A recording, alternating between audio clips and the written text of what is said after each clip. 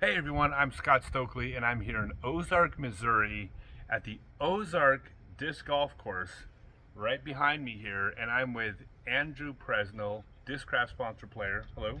Hello. And we just got through playing around of golf out on the course, and we got a whole bunch of aces, but the camera wasn't running for any of them. Yeah, They'll never know. we hit like 6 or 7. It's probably at least that on the front nine.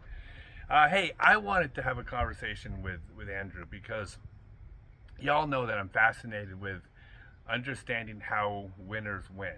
And 2 years ago, no, I guess no, last year. Last year. Last year, uh, Andrew won the Champions Cup, which was a PDGA major, and you did it on one of the most challenging mentally and physically, but also mentally challenging courses on the Pro Tour, which was Northwoods Black. Yeah. I thought that'd be kind of a fun conversation to figure out how you prepared for that course and then how you dealt with that course. So take me back to the first time you ever played Northwoods Black. Shoot. Probably for Worlds, whatever year that was, where we had Worlds there. So years ago. It was it was a long time ago. So you've been going so back it's- and playing it at Ledgestone every year. Yeah, so I've played it Okay. probably 4 separate years leading up to that year. So did you how did you approach it like when you first played it? Was it daunting at first or was it just fun? When first time through, probably thought it was the hardest course in the world. I still might think it's the hardest course in the world. It's kind of got some other Can be. courses, rivaling that. But yeah, like 5 years ago, I feel like I wasn't near as good of a woods player as I currently am, and so it was very challenging, very long shots in the woods, which is something that course is kind of unique with. So let's back up. So the mentally more challenging because the physical skills weren't there. Sure, yeah. Okay, I mean it makes sense, right? I Mhm. mean, but when your physical skills came later or they caught up, I want to talk to you about if that changed. Yes. One of the things about Northwoods Black that makes it so great is they are long holes, but it's not a course where you can just throw hard off the tee because most of the long holes you can't go too long. You got landing zones. When you're preparing for that course, are you cognizant of that or are you just trying to figure out where the lines are? I think first time playing it through, you're just kind of throwing because you don't really know where the landing zones are yet. And so once you play it once or twice, you definitely know where the landing zones are and the type of disc that you need to throw to be in the landing zones. Because, like you said, you could go long of the landing zone if you throw a driver. And then once you have the shot dialed in, you realize maybe it's only a fairway. Okay, or so maybe a mid range. well, how do you determine that? Do you determine that? Do you shoot it with the laser? Do you walk it? Do you throw and just get a feel? I think throwing and getting a feel the first time through is kind of how I approach it. so. You throw your buzz, and if it comes up short, you know you need to disc up, Absolutely. but you need to throw it. Can you gauge these shots just by knowing the distance, or do you feel like you have to throw it to get a feel for it? Like even if you know the number, does feel kind of trump that? I think if I know the number, I'm pretty comfortable. I kind of have a number assigned to my discs in my bag. So if it's 350, I know exactly what disc I'm reaching for. If it's 275, I know exactly what disc I'm reaching for. So, if I know roughly the landing zone area, I can kind of grab a disc and know if I throw it how I'm wanting to throw it. It shouldn't go, more than like 20 feet long or short of the distance that I have in my head. So for shot shaping, because a lot of that course is that you can't just throw the distance you want either. That's why it makes Right. it so much fun.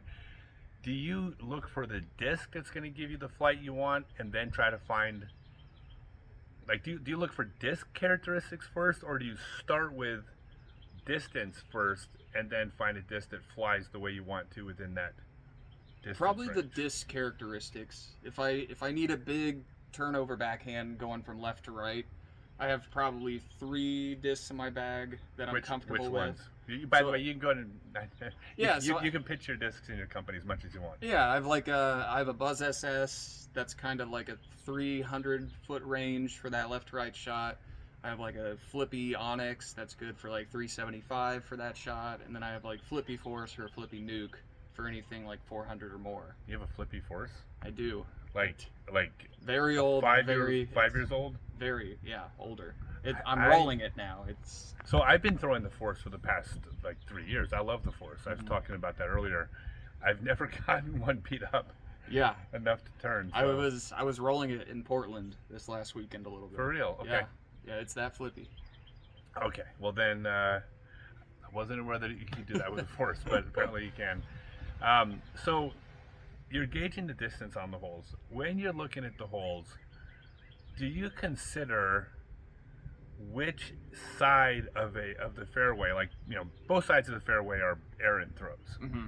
Do you take into consideration which side has a more severe penalty and then intentionally throw shots that err towards that side? Or are you thinking, I need to throw the shot that's going to hit my line, and wherever I land, I deal with it? Yeah, I think I'm more of the second option. Like, I'm trying to be so precise and land in the fairway, and if I don't, being on the left or right side, I feel like doesn't really play much of a difference unless it's very drastic, where like right side's out of bounds and left side is safe. I probably might err a little bit on the left side, but if they're both just like woods, I'm really just trying to land it in the middle. If I miss it either right or left, You deal with it's I wouldn't say I'm like intentionally trying to err on one side or another. I feel like when I'm on my game, I can dial in my shots enough where I'm landing in the fairway most of the time. On a Okay. course like Northwood Black. it. Right. Yeah. Well, I mean, Northwoods Black is fair. Like, the fairways are not super duper narrow.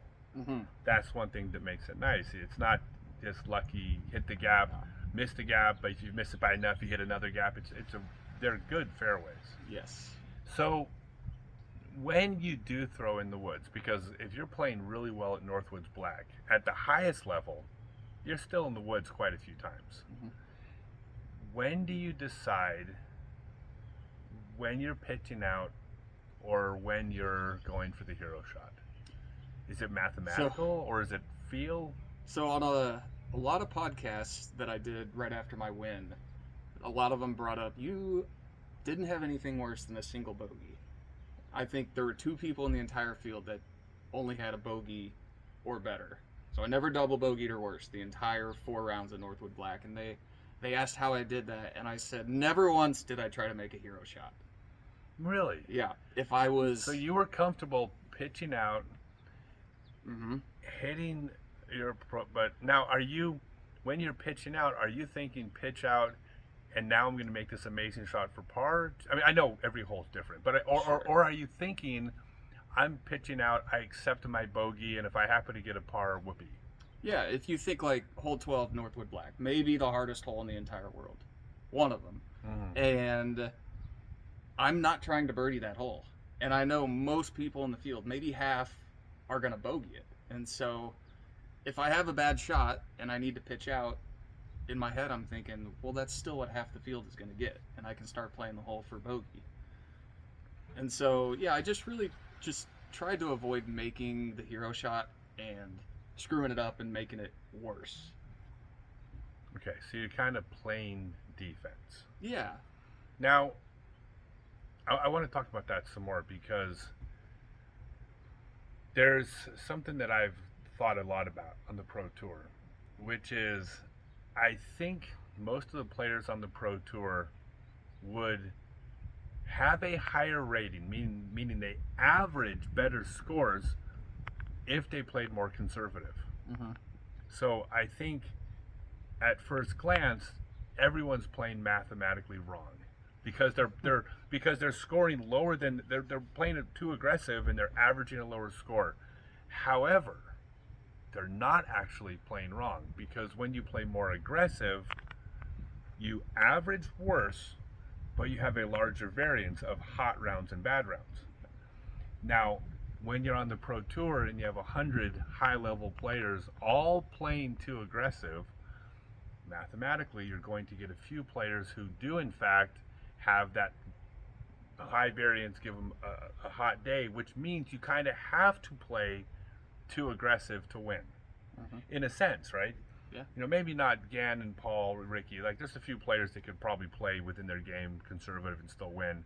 But I think most players actually have to honestly play incorrect to have a chance of winning. Yeah. Okay. With that in mind, it doesn't sound like you did that. It sounds like you actually played not conservative, but you played smart golf and won. That contradicts my theory. So, am I wrong, or was this like explain how that happened? I definitely played. I think smart golf is a good word for it. I kind of dissected the course before the tournament. Like hole 12, wasn't going to try to birdie the hole, no matter how good my tee shot was. I just had you throw your drive, throw across the creek, pitch up, throw through the tunnel, take your par, if you're lucky. If you play the hole perfect. Right. I mean, that's a par for me on that hole felt like a birdie. And then there's a couple holes that I'm attacking, full force with the driver that, are challenging holes. But if I can hit the first shot, then I know I can get the birdie. And so, I don't know, it was a lot of like pre-tournament game planning and... Okay, so that's what I want to talk more about now. Yeah. So we're to the pre-tournament planning. So I'm more looking at it, kind of bouncing around a little bit, but I'm fascinated with how players win. I just am, and especially players when they kind of have their coming out, right? Where they actually come, they say, "Guess what, everybody? I'm a world-class player," and now you can never take that away. You know, those moments are like really special. Mm-hmm. So when every year when you came back to Northwoods Black, do you feel like you were getting that course more and more dialed in? And do you feel like everyone else was also, just because you're getting it dialed in, everyone else is out there every year too. Mm-hmm. Do you feel like you were getting it dialed in more than other players, or do you feel like... I was dialing it in for sure as I came back every year. I'm sure other players were too, but I think the course itself just plays to the best strength that I have, which is hitting gaps with backhands, and there's a lot of holes out there where I get to throw my mid-ranges, and I'm most comfortable throwing mid-ranges. I feel like I can control the entire flight, how the disc lands on the ground. You're not going to get a weird flare skip at the end of a flight with a driver. It just suits my personal skill set very well, and everything just kind of clicked that week where I'm hitting my lines, hitting most of my putts, and just kind of played. I wouldn't say I ever like caught fire, but I never really like had a section where I blew up, and which at Northwoods is it's easy to do.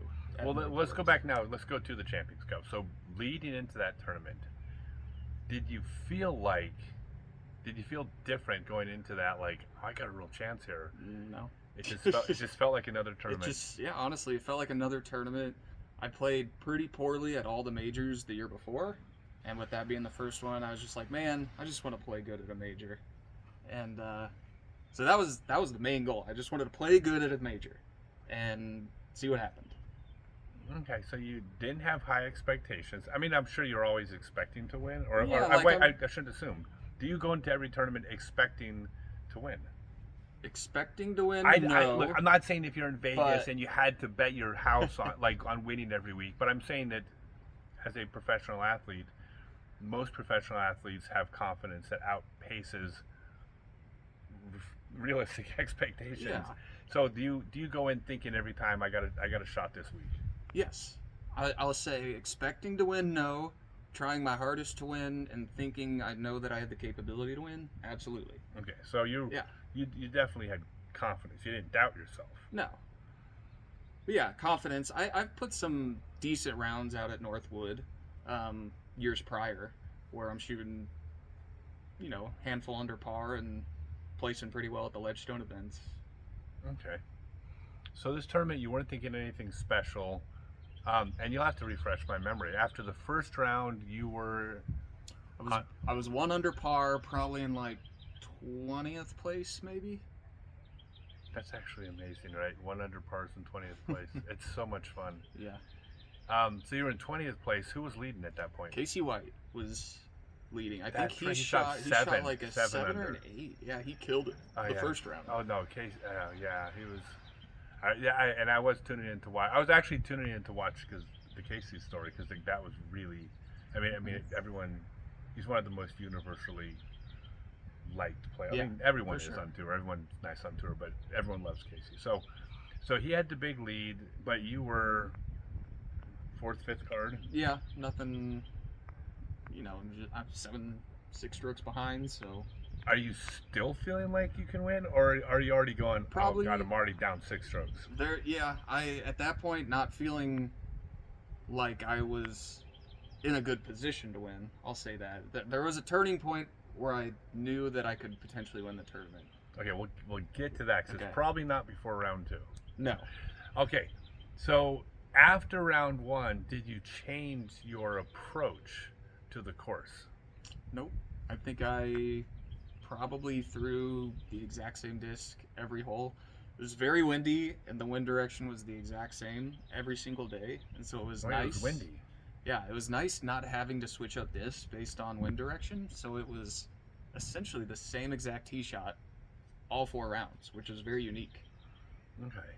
And the second round you shot, 4 under, I believe.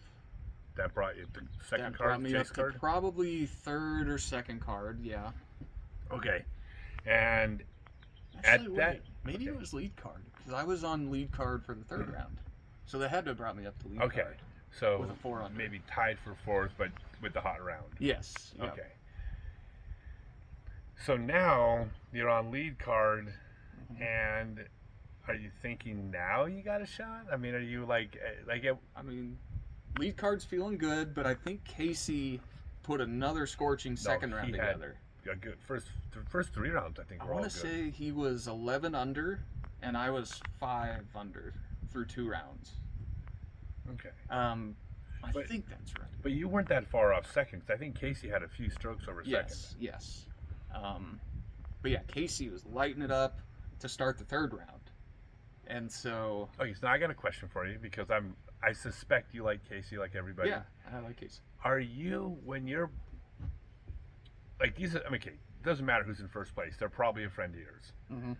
But do you feel a type of excitement for Casey that maybe you don't feel the same excitement if it's Paul or Ricky or Gannon just because they win all the time? Mm-hmm. Are you also kind of like excited for him, or is it all about Andrew at this point?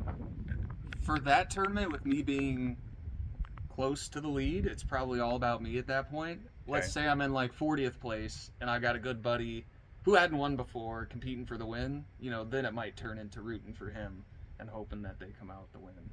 Okay. I get that. I've always said I'm always nice to everybody when I play. Obviously, these are all my friends. I love everybody, but from the moment the tournament starts till the tournament ends, you are my competitor. Exactly. Like Yeah. I'm here to beat you and take food off your plate. That's my Right. that, Yeah. that's our no, it's our job. We wouldn't be good at the level we've gotten if we didn't have that thing in us.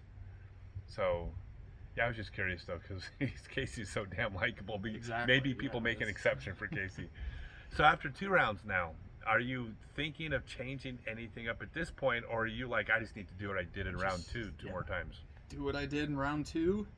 I actually had a better round 3. That was my best round. I think I shot 6 under on the 3rd round.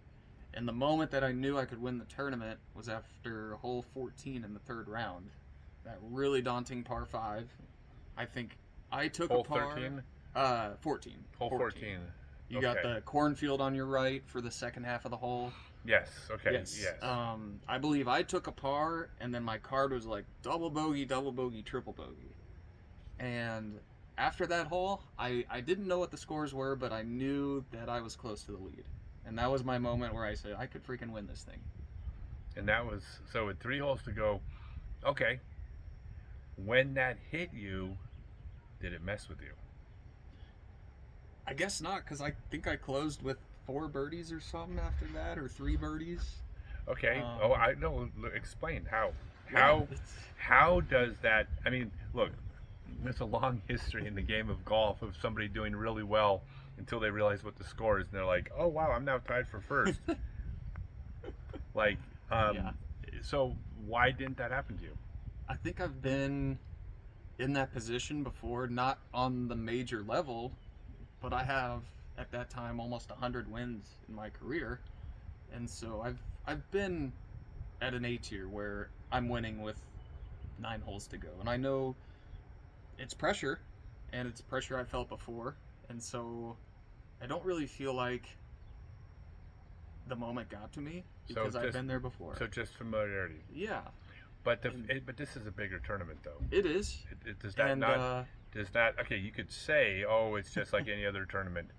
Like, I, but I don't like whenever someone says that. I don't necessarily believe them. yep. I think it's what you're supposed to say.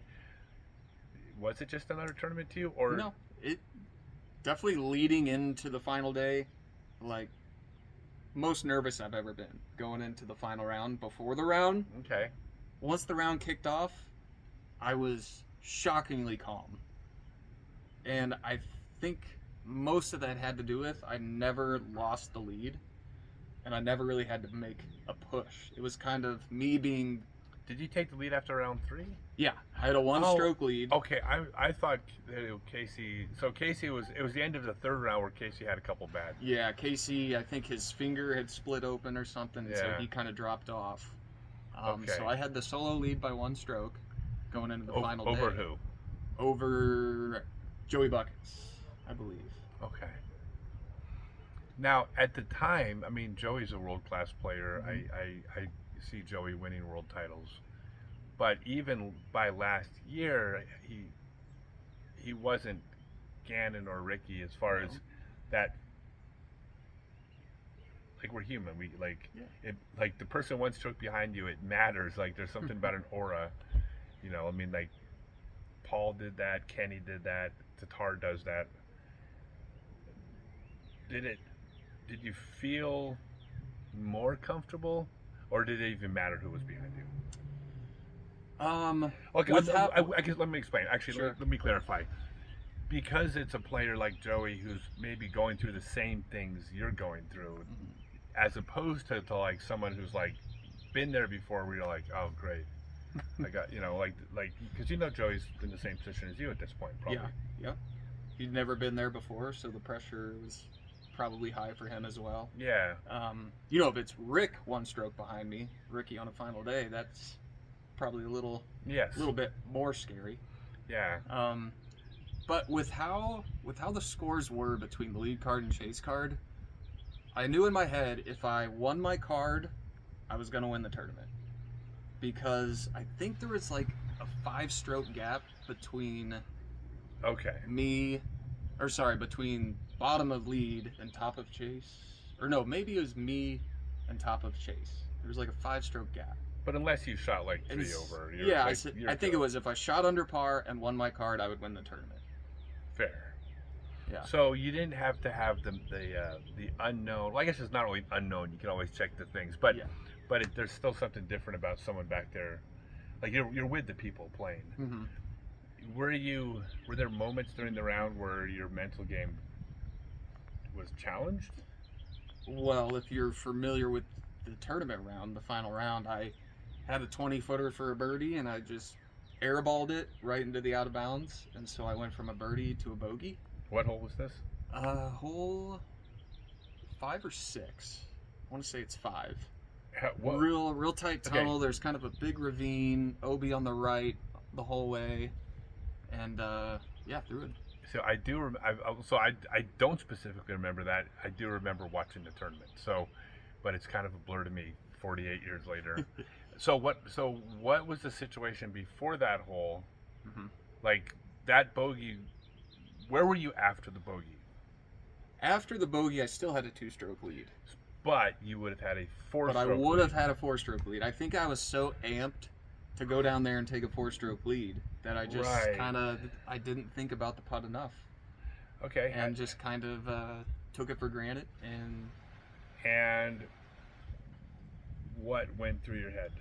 Like, walk me through that whole situation, because it doesn't matter if it's for a major or for a C tier for a newer player. I mean, having a shot and then having your heart ripped out because you screwed up is Right. everyone's done that. So tell me, walk me through how it felt and then what you did to get past it. So immediately, hands on the head. Can't believe I just did that. Like, absolute bonehead mistake, especially in a major final day. And Well, nobody was watching. There weren't cameras there and people in Yeah. 60 countries And watching. so for like 5 seconds, I want to say I was flustered, and then I told myself, don't get flustered, and especially don't look flustered, because then everybody on your cards are gonna think that they have a chance, and that My I God, just threw it away, and couldn't now I'm gonna agree crumble. more. I could not agree more with what you just said. We'll come back to that. So Yeah. So you said you need to look like no sweat happens. Yeah, happens. I need to get my mind right back in it, because I still had a 2-stroke lead, and so I'm still winning the tournament.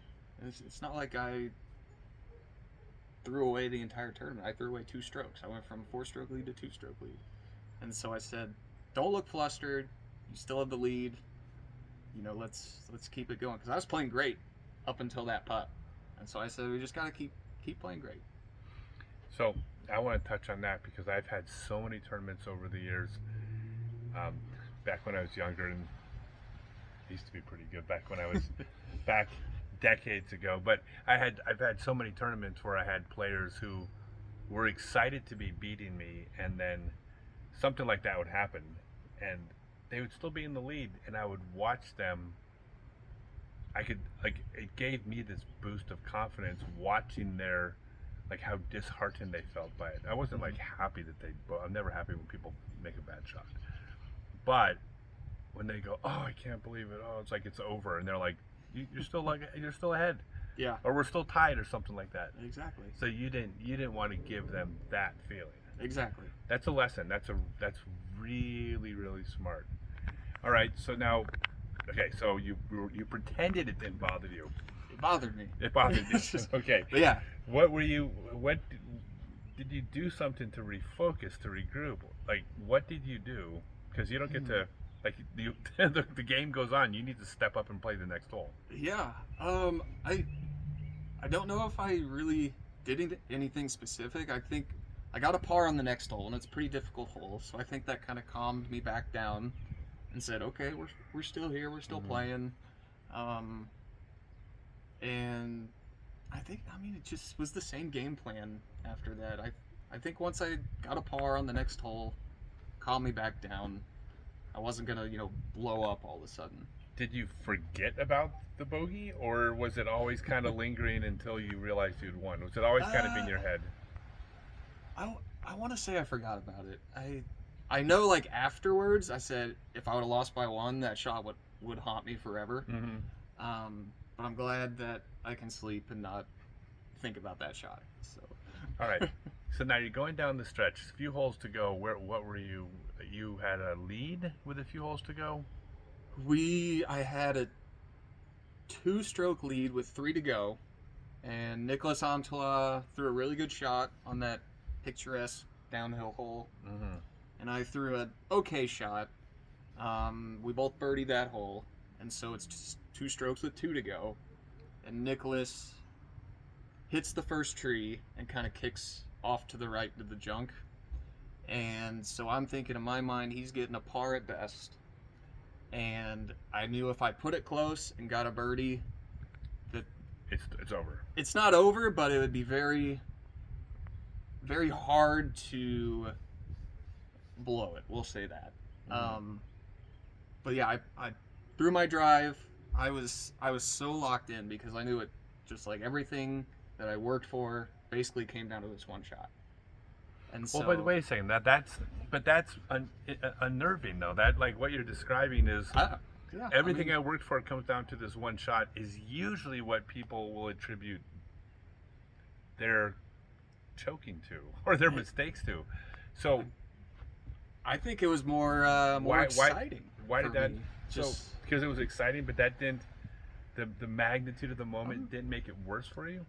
I'm sure I like thought about the magnitude, but I don't think I felt any different. And like I said before, I was shockingly calm. I don't know why. That that whole round I was quite calm, other than that little missed putt for about 5 seconds. But And did you birdie the hole? I birdied the hole and he bogeyed. So you had a 4-stroke lead. Once I made that putt, I knew I was gonna win. Okay, so you had a 4-stroke lead going into the last hole. So Yeah. did you allow yourself to enjoy that last hole then? I mean, because if you're After up, the drive. if you're up by 2, okay, so you got to get the Because drive. the off. drive, you throw it over out of bounds, and you got to bring it back left. And so once my disc was safe, I knew I had won. Okay. And then you got to walk the fairway. Yep, it was What quite was- enjoyable. What was going through your mind? Do you remember? I don't really remember. I know I was like so intense. I really wanted to par the hole. I didn't want to bogey. And so like even though I knew I was gonna win, I was still really wanting to par the hole for Right. some reason. And yeah, like if you watch on the Jomez coverage, I'm not really like smiling or anything yet. I'm like super focused and like trying to look for my shot and stuff, even though I knew I won for some reason. I was doing that. But I mean after I tapped in, that's I think when I started to like enjoy it and it kind of like really set in. Did you cry at any point? No. Didn't cry. I'm the only one. But had just smile from ear to ear for the longest time. Had a lot of people calling and texting and congratulating, and yeah, it's definitely a moment and a solid couple days after that I'll never forget. Yeah, that's cool. I'm kind of mad that you didn't cry though. I cry over stuff. Like I don't cry. Okay, I never cry because I'm sad. I never cry because I'm scared. I never cry because I'm nervous. I don't cry over those things. I cry over feel good stuff, and I like blubber over it. Like I would have been bawling walking up the fairway the last hole. Yeah. So, anyways, but you felt the same things I would feel. It's just you don't. I think That's just not how you. Yeah, I think maybe I would have cried if it was like a tie and I made a putt to win or something. Then all the emotion would hit me at once. But it was kind of like a gradual, I think I'm gonna You're win. just saying that to make me feel better, No. but I appreciate the sentiment. But yeah, it was a gradual okay, I think I'm gonna win, and okay, now I should win, and then it was like, okay, I know I'm gonna win. So it was kind of a gradual build up through a couple holes. But yeah, if it hit me all at once with a made putt or something on the 18, the tears might have came out. All right. So once you won the tournament, is there anything you learned about your mental game that was new, or that reinforced something you believed, or did you even think?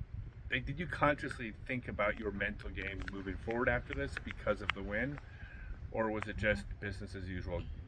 I think the biggest mental thing was just knowing that I actually can win and compete against the best players in the world on one of the hardest courses in the world over 4 rounds. Mm-hmm. I think just knowing that I actually can do it and succeed and accomplish a win. Because I've done it before in A tiers and like the Silver Series. But yeah, like a major's whole different ballgame. No, And so yeah, absolutely. just knowing that I actually can accomplish something like that, and that all the work that I've done, the last 12, 13 years of my career, where I'm playing 6 days a week and playing it because I love it, also playing it because it's my career, and yeah, it was all worth it, That's cool. All right, so final question. Was there just that slightest empty feeling knowing that I wasn't there, so even though you won, you didn't beat me? Did that make it feel no, don't answer that question. Okay. If you answer that question, people are gonna think I was being serious. No, that's cool. I remember I was happy for you. I messaged you right away and congratulated you.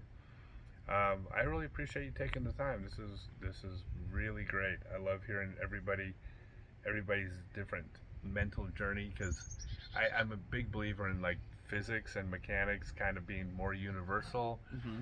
I got my theories on mental game, but I think the mental game, there's also it can be a little more unique to the personality. So I like hearing about how other people. I also like hearing how people won. I spent a career not able to get over the Ken Climo hump. I mean, he had my number. He Yeah. just close, but no cigar. So um, I guess that's maybe why I'm interested in learning like what you did. When people get over that thing, like Mhm. it's like I said, it's a really special thing. I appreciate it. Give one more shout out to your sponsor Yeah. or sponsors. Yeah. Shout out Discraft, Ledgestone, Paul Macbeth. Um, yeah. Big thanks to you for taking the time Oh, and it's visiting. been great. And yeah, if you want to follow me on Instagram or something, Prez17. Okay, wait, Prez for now. Prez, I seen one thing. Prez for Prez. Are you actually running for Prez? Well, if I do, it'd have to be in like 3.5 years. But 3.5 years. Okay, yeah. So Prez for Prez. You heard it here first. we'll Presnell see. Presnell Prez for Prez in 2028. Thank you, sir. I really appreciate Yeah. your time. Thank you. All right, guys. Thanks everyone. Hope you all enjoyed, and yeah, we'll keep talking to the best in the world and learning from each and every one of them. Thanks, man. Thank you.